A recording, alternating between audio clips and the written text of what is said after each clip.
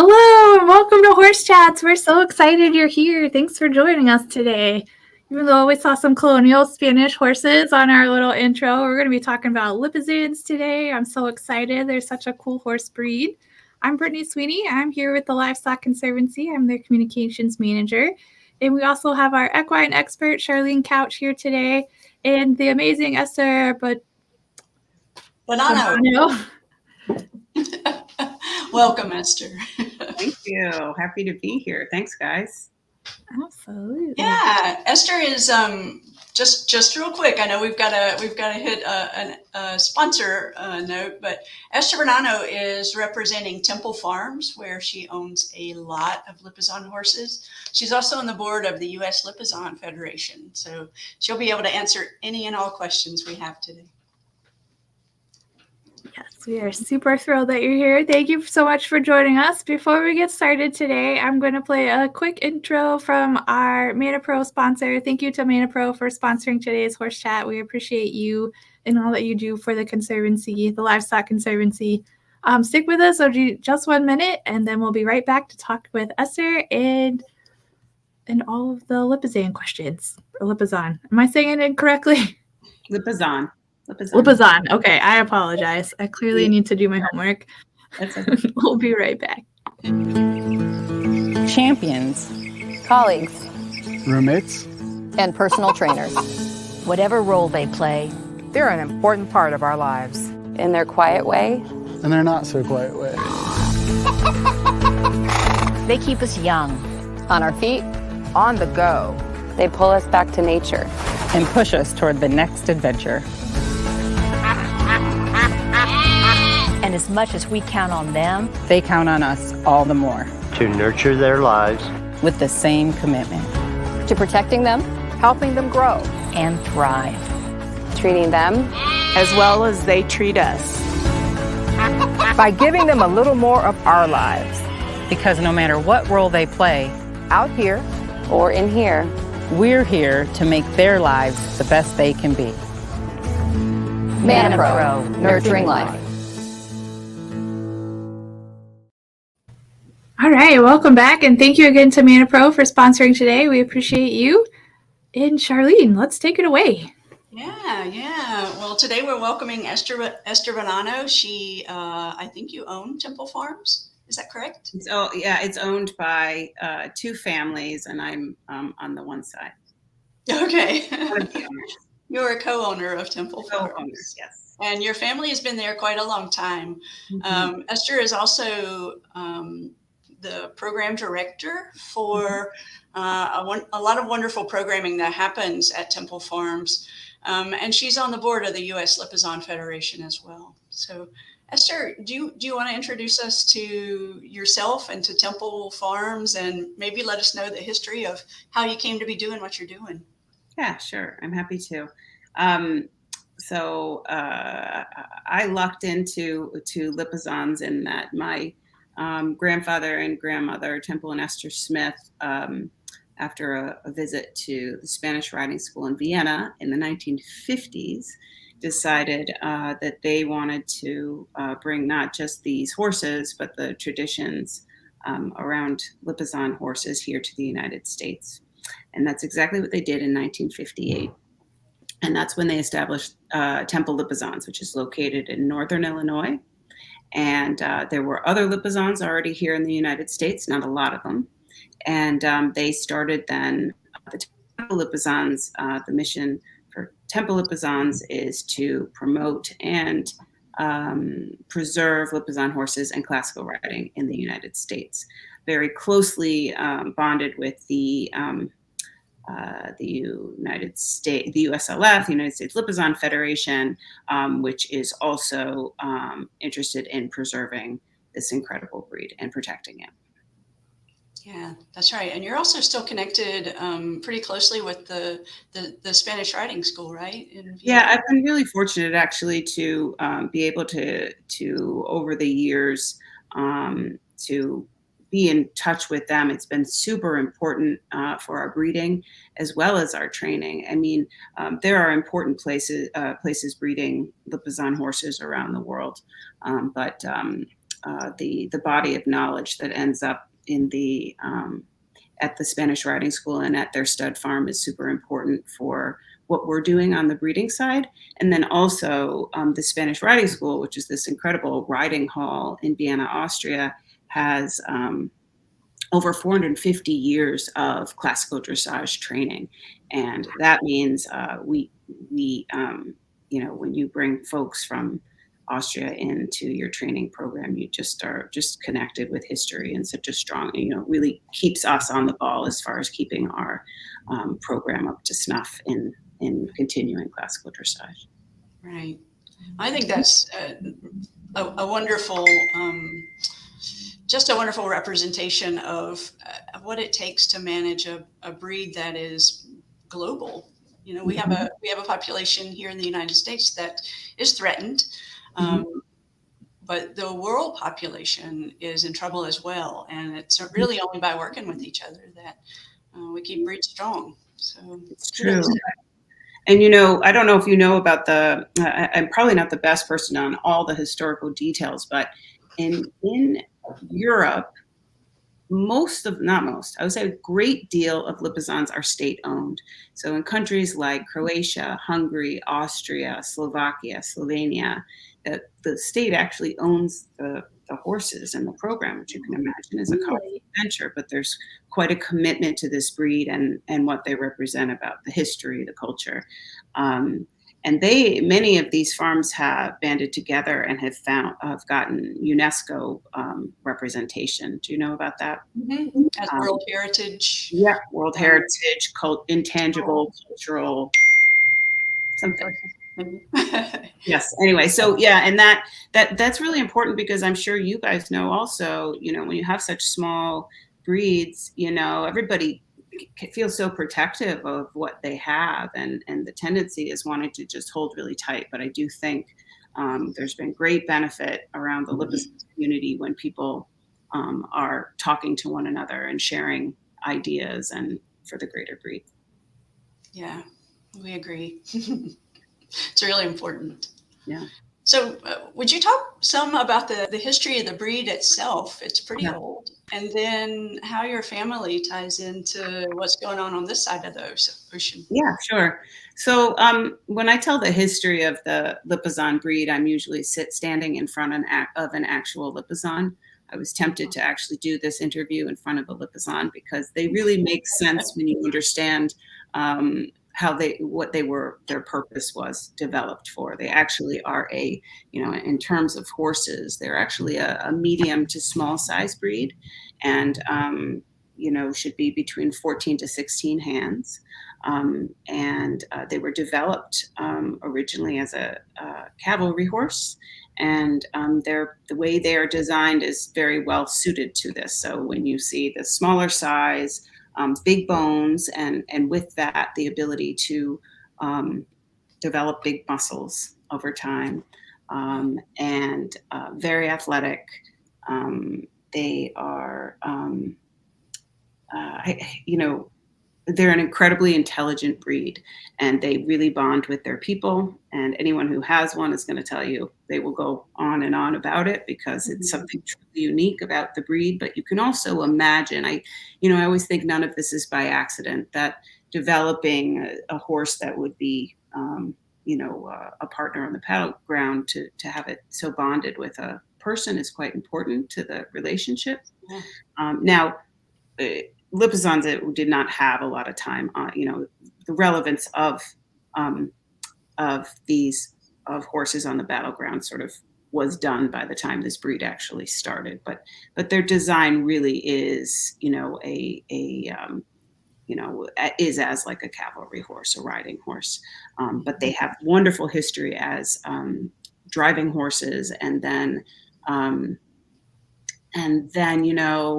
at the same time, if I can kind of lapse history into big balloons, but as the Renaissance starts and and music and art and architecture are all in a huge, huge creative boom, the same thing is true of horsemanship. And we don't hear as much about performance art from that time because it's hard to show. But basically, there was such reverence between the relationship between the horses and people on the battleground that a classical art was created. And that is what these beautiful riding schools are all about in Europe. And there's still 4 countries that are maintaining incredible programs. The Spanish riding school in Vienna is known for Lipizzan horse, but there's also one in Portugal, one in Spain, and one in France. And so this was the great classical art, and these Lipizzan horses were very well suited for what became, classical dressage or horse ballet, basically elegance and power combined in a horse. I guess I'd say along with that, incredible trainability, because they are so well trained. These horses are so easy to train that you could teach them the wrong thing as quickly as the right. Oh. And if you don't teach them, they'll train you.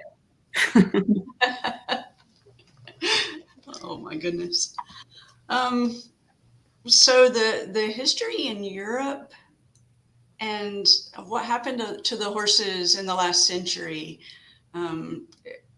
stories have been told about that in books. And do you want to just mention that? Because it is. Yeah, I'd be happy to. Interesting. And actually some awesome books have come out in the last couple years. There's in the history of Lipizzans. What we're talking about now is this rescue at the end of World War II. I think that's what you're alluding to, because there's actually many rescues of Lipizzans in history. A lot of people who want to fight for these horses. But the connection between the United States Army is quite an incredible story. And for years, many of us were grabbing information from a variety of different sources, and a lot of them not in English. Now there's a beautiful book called The Perfect Horse by Elizabeth Letts. That is, if you love reading about history, and particularly as it pertains to horses, check that out. And there's another one with the military history called Ghost Riders, which a friend has just finished and I'm just starting. But essentially, during World War II, many of the breeding stock of the Lipizzan horses were taken from their homeland in Piber and moved to former Czechoslovakia, and were being held by the Germans. And as the war came to a close, it was very interesting, because the German officers that were going to be, these horses had been moved out of their home. They were actually in quite good care there, but there was a concern as the Russian soldiers were coming in, that the horses, the fate of the horses was unsure. So German officers contacted the American officers and said, listen, we got to get out of here, but there's something really precious that really should be saved. So it's an unusual story, because, in this case, the German officers were working together with the U.S. officers to carefully get the horses out, which was a complicated task, because at the time that was going down, a bunch of foals were just born. So you had mares with their foals, and it wasn't like you could just throw them in a truck and get them out of there. In fact, when they did finally move, some of the mares and foals were put on trucks, but many of them were moved by land, and there were probably about 200 Lipizzans at that time that were moved from Czechoslovakia back to Piber.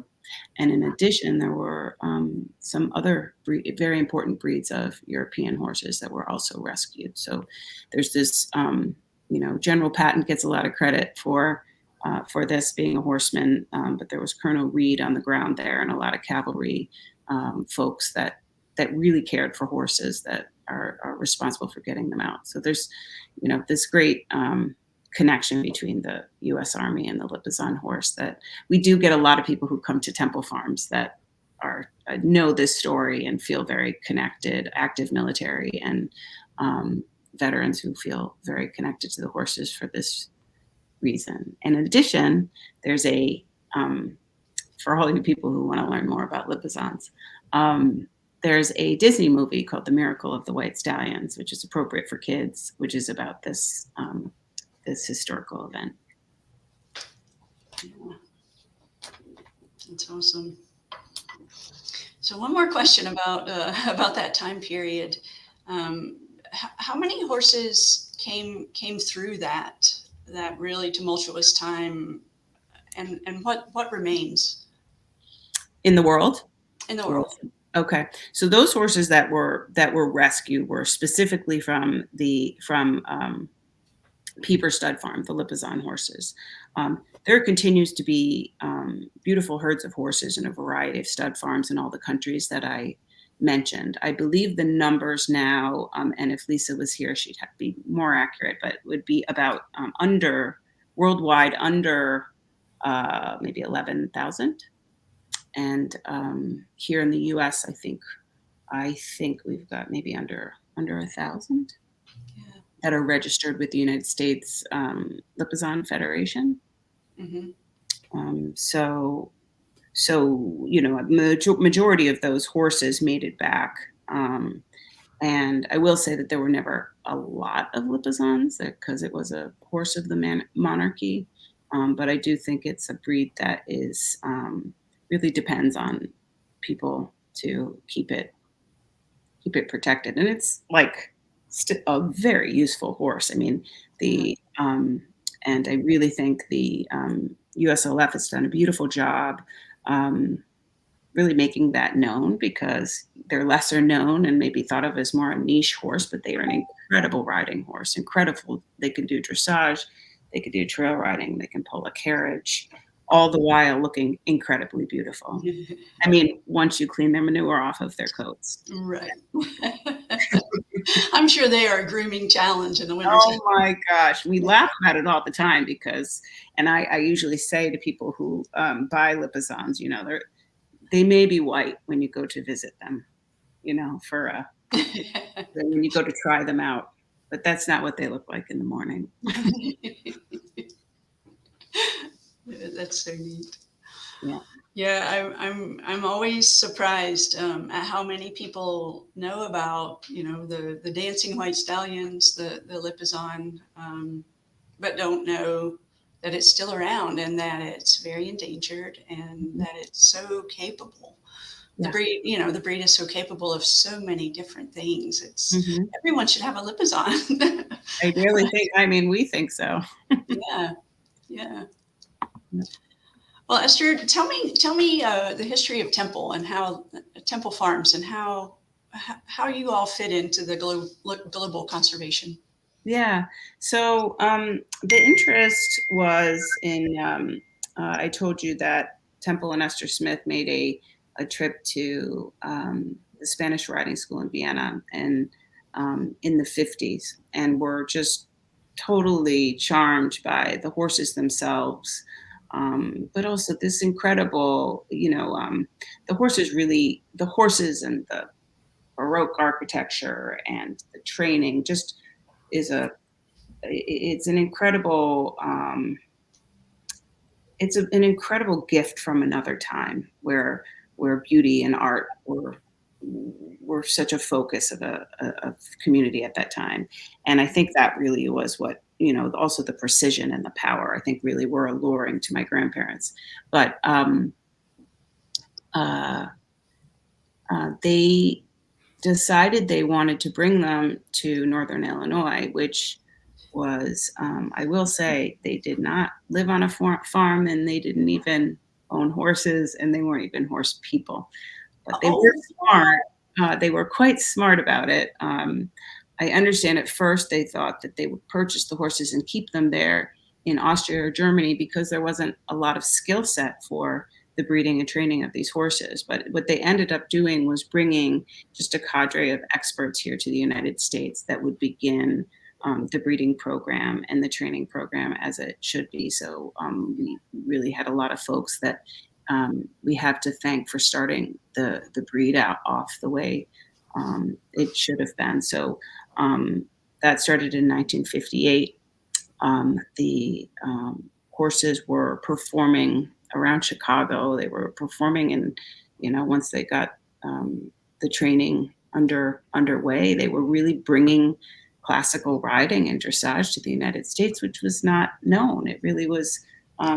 It was barrel racing and show jumping and Western riding here in the U.S. at that time. And so it really was something quite totally different. And so I think, in the first sort of 30 years, maybe the horses really got on the road and really, spoke for themselves. And then in the 1980s, that's when the next generation comes in. They decided to make it its own business. It was owned at that time when I'm not sure if I'm being cleared, but originally was owned by the company of my grandfather. And then my mother, Linda Bonanno, and her sister, Martha Smith Simpson, they made it so that they decided they wanted it to be its own business with the ability to reach other people. And so they actually designed an entire performance program, all the choreography, all the music, so that people in the US could come to Temple Farms and actually experience these horses and this type of riding from all over the place. And it was a pretty incredible thing from a education perspective, and really just the reaching people with something really special like that. So that has kept on now. It's hard to believe, but we're looking at 40 years since the doors were opened up to the public, and we continue to find ways. We're kind of really big into, we want to do all the things the right way. We want to breed right. We want to train right. But we are finding that, and I believe our performances stand for themselves as a beautiful thing to observe. But we have more and more people who are really interested in what the heck is dressage, and kind of peeling apart this fancy horse ballet, and not having it be sort of just something that no one has any idea what the heck you're doing. So we actually have quite a bit of programming that's around. We have a program called Stallion Learns to Dance, which is all about breaking down a beginning, a intermediate, and advanced horses, so people can see how it all breaks down. So we've really had this education bent while keeping performance at its best along the way. Yeah, I took a look at your website the other day, and I was really impressed, and I was also very motivated to come see you. There's so much great stuff going on. I will say that it is. We regularly have people fly in from out of town who come to the farm. We used to get on the road more and travel for special occasions to places. We're not doing that as much now, but we have plenty of people who come and just are like, that was so worth the trip. Just to be, it's also like being in the farm is beautiful. The performance arena in the summertime is in an outdoor kind of natural amphitheater, and it's really feels like going back into a different time. Wow. I should say also, I have referenced these performances as if anyone knows what I'm talking about, but basically we are practicing some of the former battle maneuvers at our performances. So I told you about this stylized art form that classical riding became. So we have, these jumps in the air that Lipizzans are known for and trained to do. And then we have classical dressage under saddle, which is going to resemble like what they show you that someone could see in the Olympics, as far as like a musical freestyle, sort of like gymnastics, floor routine for horses. Mm-hmm. And then just different choreographed pieces that are elegant and beautiful to watch, and all set to music. Yeah. Do you have any videos that people could click over and watch after the chat's over? Yes, I know on YouTube I've got, I have some of our promotional videos under the Temple Lipizzans. Also, our Facebook page has a ton of videos. They're going to be shorter clips, and Instagram as well. I'm always posting adorable full stories and just sort of life on the farm type things, which seems to be a big allure for a lot of people, just to be a fly on the wall in the lives of these unusual horses. And then also I'm posting training and sometimes performance videos on there as well. Okay, wonderful. So I'm just going to pause and say you can go to Esther's website, templefarms.com, and that's TEMPELFARMS, and you can find them on Facebook at the Temple Lipizzans, and then on Instagram it's Temple Lipizzans. Yeah. And the YouTube link is on their website, so please go there. And then also, I do want, the United States Lipizzan Federation, for folks who really want to be a part of a Lipizzan community. It's uslipizzan.org, and they have a super great group of people. It's not just people who own Lipizzans. It is people who love Lipizzans and really want to be a part. Maybe one day they're going to buy a Lipizzan. Maybe they're never going to buy a Lipizzan, but they are interested in supporting Lipizzan horses. So they actually have a membership in their federation for enthusiasts, and that allows people to kind of be a part of the bigger conversation. It's a super animated and involved group of folks with, it's just a really fun thing to get around. And because the U.S. community and world community of Lipizzan horses is so small, you get to know the characters, the actual horses. You start seeing, certain sire who's in competition, and then you see that horse's son is with somebody else, and you can begin to put the family tree together. And those of us who are in this Lipizzan world, we love tracking the pedigrees and identifying what we see from such and such stallion from Piber and this horse from Hungary, and putting all the pieces together. I mean, we can really geek out on it. I'm sure. I know what it's like when horse people get together. Yeah.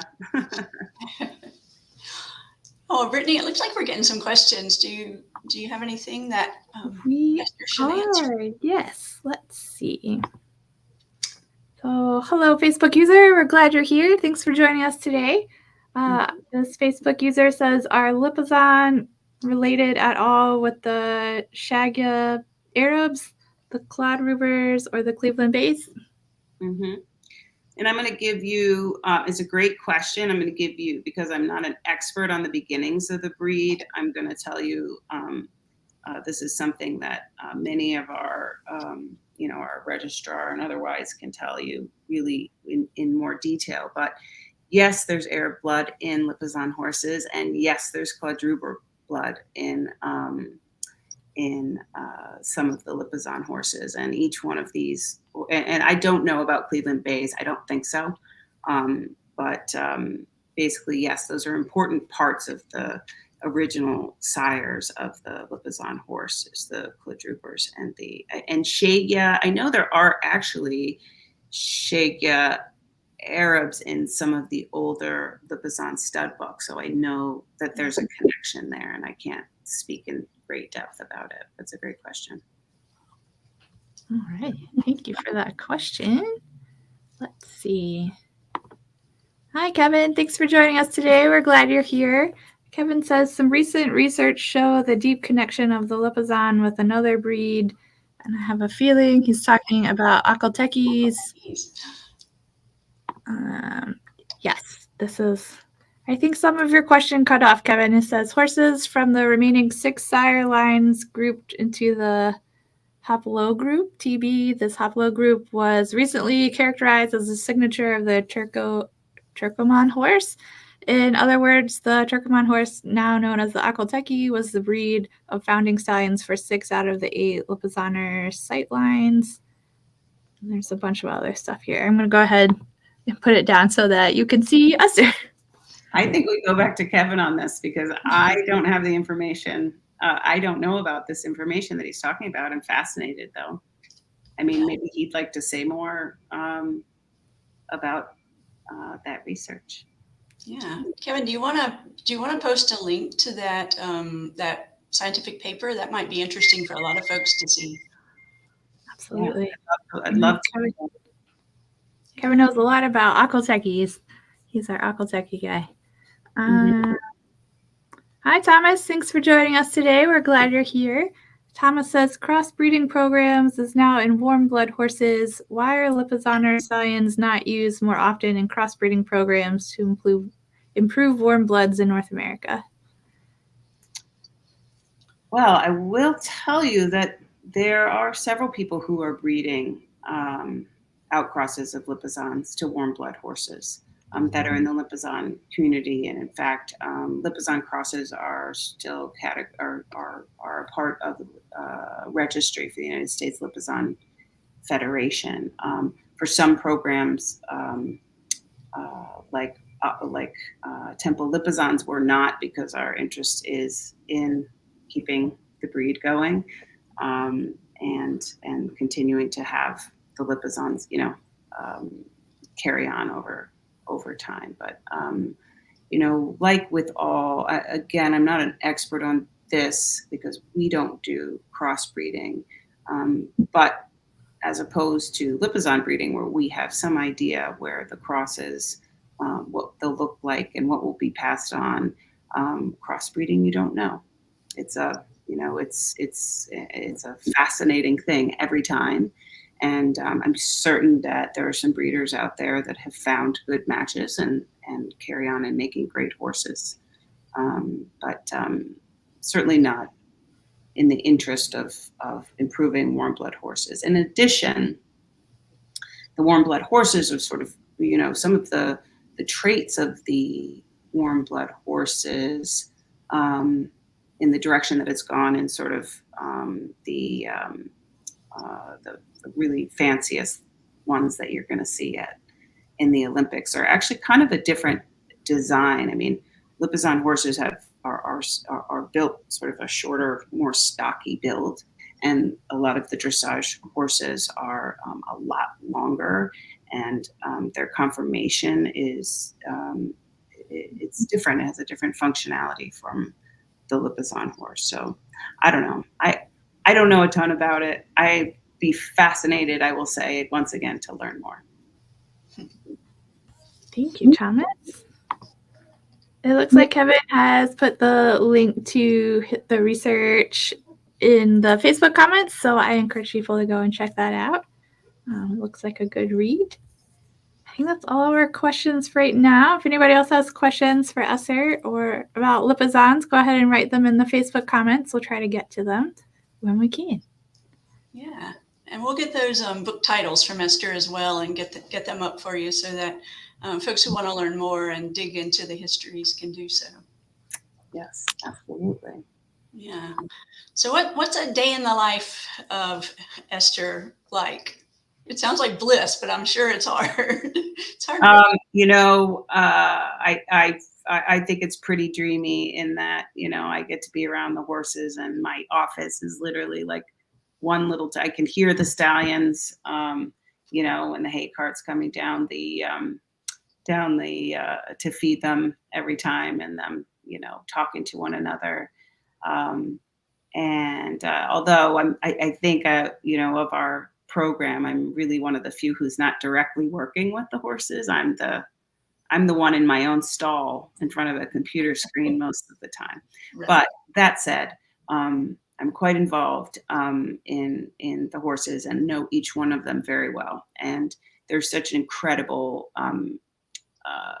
animals, and it seems silly to say, but you really feel as if you have a connection with many of them. And when you walk through our main aisle in our stallion stable, this is not horses that are looking out the window. They're sort of like, who's here? Oh, what are you up to? I mean, it's quite an intelligent eye and an attempt for connection, just walking through the stables. But I do get to be, kind of like an artist from behind the curtain. We put on these performances that I think, really show these animals in a beautiful light. And I don't actually have to be the one riding the horse, which suits me. And but I get to see the horses doing what they should be doing and what's very natural to them. And in that way, it's very satisfying. And we get to introduce a lot of people to Lipizzan, so getting to see what we do through other people's eyes is another great part of what I get to do. But I also have to, pay the bills, and I have to, push for ticket sales to our performances, and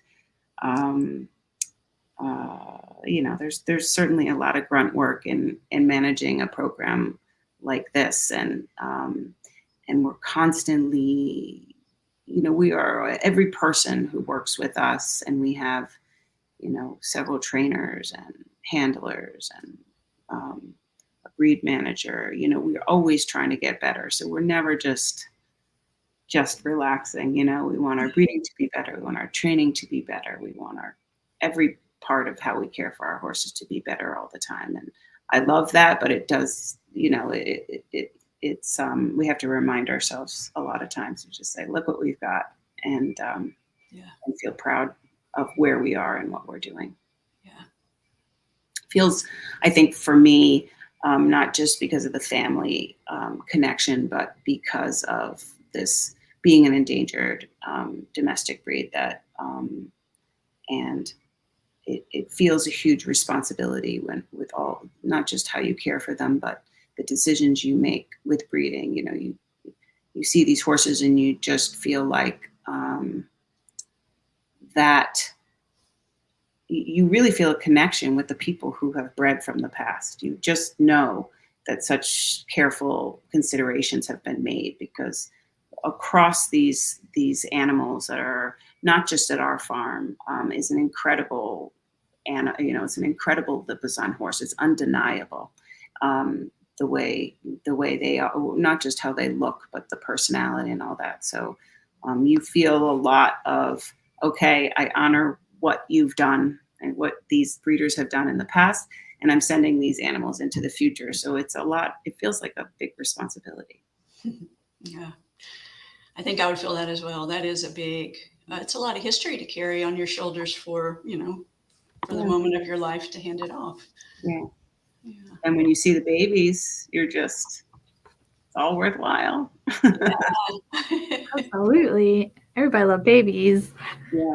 We do as a part of our performances, we bring our mares and foals into the arena. It's the first part of the performance. And it's not because babies are cute, but because with the incredible athletic ability that Lipizzans have, and for folks who don't know horses very well, some people will say, well, that's just not natural. And then you bring in the babies, and the babies are running and jumping and quite elegant with their trots around the arena, and you're like, oh, it's actually bred into these animals. Yeah. That's so wonderful. Cool. Absolutely. I think we got a couple more questions, if you don't mind me jumping in here. Our Facebook user would like to know if you know how many Lipizzans are in Canada and Mexico. I'm so the wrong person for these questions. I can promise you that I can make one call after this and we will have exact numbers. There are many horses, there are many Lipizzans in Canada, and it's quite an active, I know there's an active breeders there and horses competing there as well. I don't know the exact number. In Mexico, I can report and very proud to say that we had the first Lipizzan foal born in Mexico for many years. There are Lipizzans there, but there hasn't been much breeding. And the horse that foaled there came from our farm. So congratulations! Wonderful brood mare, Aurelia, and this owner had decided that he actually has Lipizzans there from many years ago, that from a program started by his uncle, and is going to carry on the Lipizzans there. And so he has one foal or 2 foals that were born there, and we're all very excited about that. Yeah, that's wonderful. That's amazing. How very cool. And if you keep track of some of these questions that I am not don't have the exact answer to, I assure you that the folks at the USLF could give all the facts. Absolutely. Anybody that's watching, you can go to the USLF website, and I think they have a contact page, and you can ask those questions, or they might have that information right there on their website. Kevin wanted to know, what is it like to have a program that features stallions so well in a country where there's a fair amount of fear of stallions? Okay, Kevin, I can answer this one for you. Thank you. Thanks for the easier one, the easier question.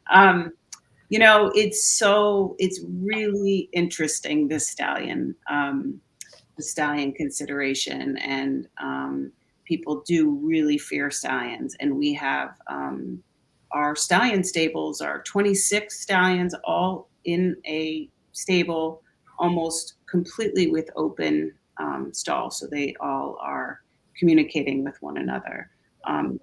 Stallions are incredibly social animals, and we are lucky, they're bred to be able to work together, these horses, but also our horses are managed by professionals from the time they're young. So, if you teach them how to get along with one another, they generally do. It's not to say there aren't exceptions, and we're lucky because they're just very well managed, and we don't have scary stuff happening with stallions very often because everyone knows stallion behavior. But however, for example, Kevin, like if we would ever want to sell a horse, I think we almost would be very difficult to sell a stallion unless somebody was planning on using that horse for breeding, because most stables in the U.S. almost won't have a stallion because of this fear. And I will say, actually, one time we were invited to go perform on Mackinac Island up in Upper Michigan, Michigan, and we had been working together with this island to bring our performance on the lawn of their Grand Hotel. And towards as we were coming to our final agreement, somebody cited that there was a law in place in Mackinac Island that stallions are not allowed onto the island. And and we didn't perform because it was important for some of the people that stallions get a very bad rap. So in that case, we didn't perform for that reason. Wow. But we, on the beneficial, awesome side of stallions, there's no question that extra testosterone makes for beautiful muscles. And there's also no question that these guys in performance really just rise to the occasion. I mean, they really seem to get taller and prouder in their performance, and that's sort of part of the almost unexplainable side of watching Lipizzan stallions perform. Wow. Great question. Thank you, Kevin. All right, I think that's the end of our questions. Charlene, did you have one last question before we do our shameless plug section? Oh, no. Well, maybe we can make it 2 or 3, I have several, but I don't want to keep you. So Esther, along with the performances and the training, do you all train people to train, and do you train horses and sell them? Is that part of it? So that's a really important part of what we do, is our training young people. So we have a working student program. So for young people who are interested in learning to train horses, we have an incredible opportunity in that people can come and they get a stipend, but essentially work very, very hard for lessons with horses at all different levels with a great deal of training.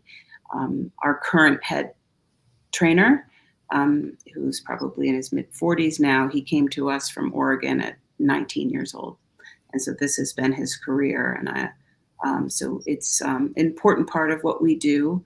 And it's something that does take a lot of effort to keep in motion. And this concept of a riding school is something it's another thing that we feel is really important to keep going here in the US, that people have the opportunity to learn at this level. If you don't necessarily have the money to just have your own horse and the best trainer for individual lessons, you really can learn not just about riding, but all the parts in caring for these horses.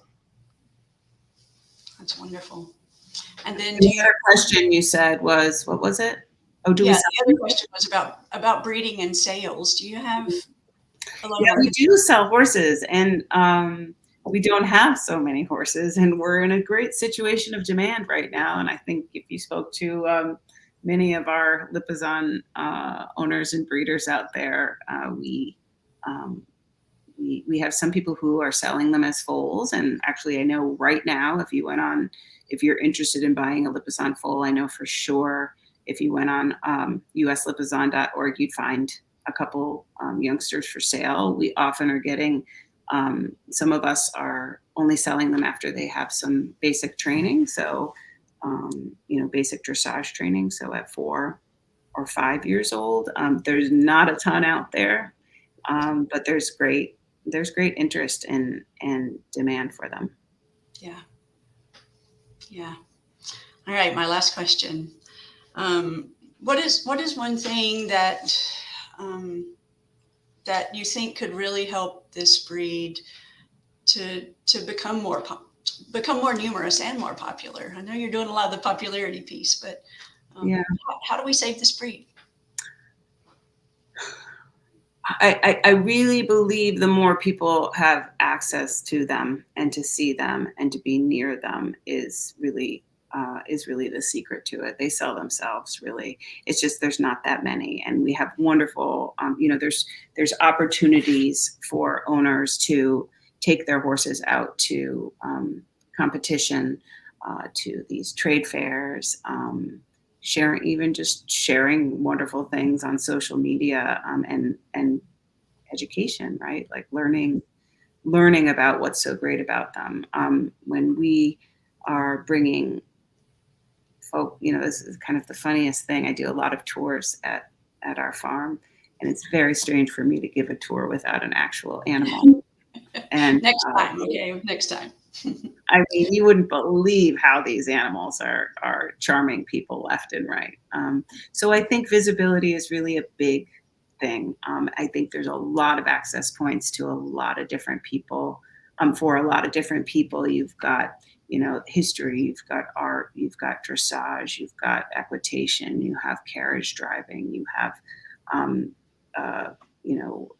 conservation, you have so many levels. And I think also, I would say, building community around, like you guys do here, but also in the Lipizzan community, if you know somebody and that person talks about this very special part of their life and why, that's the stuff that gets wheels and makes interest.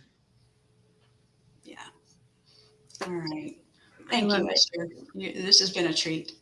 Thank you. I enjoyed this, except for the part about not being in the barn, because my internet is terrible there. Otherwise, I might have just set up shop inside the stall. Well, everybody go check out Esther's website for good photos and videos of these horses, and maybe you can pretend to be there in person. Yes, exactly. Absolutely.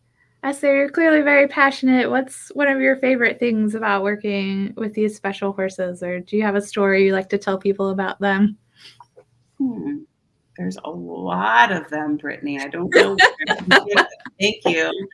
I am personally, I am very passionate about these animals. I have a couple. There are certainly some favorite horses that I have.